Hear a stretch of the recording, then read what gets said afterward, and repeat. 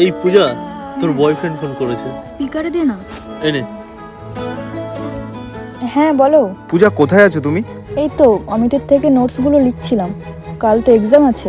ও আচ্ছা, শোনো না পূজা, আমার কিছু টাকার দরকার ছিল।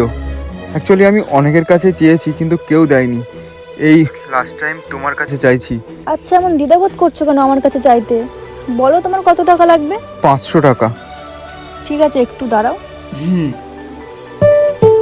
দেখো চলে গেছে। হ্যাঁ, চলে এসেছে।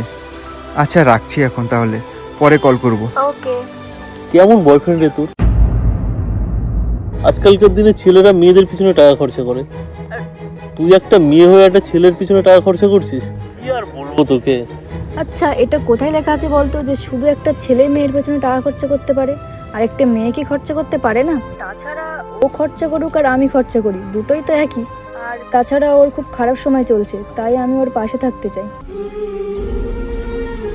কি হলো, তুমি এখনো কাটোনি? তুমি কলেই আছো? হ্যাঁ, আমি ফোনেই ছিলাম। আর শোনো, ভালোবাসার মানুষটা যদি এমন পাশে থাকে না, তাহলে খারাপ সময়ও বেশি দিন থাকে না। सपनों सी है तुम हो तो इस पे यकीन है।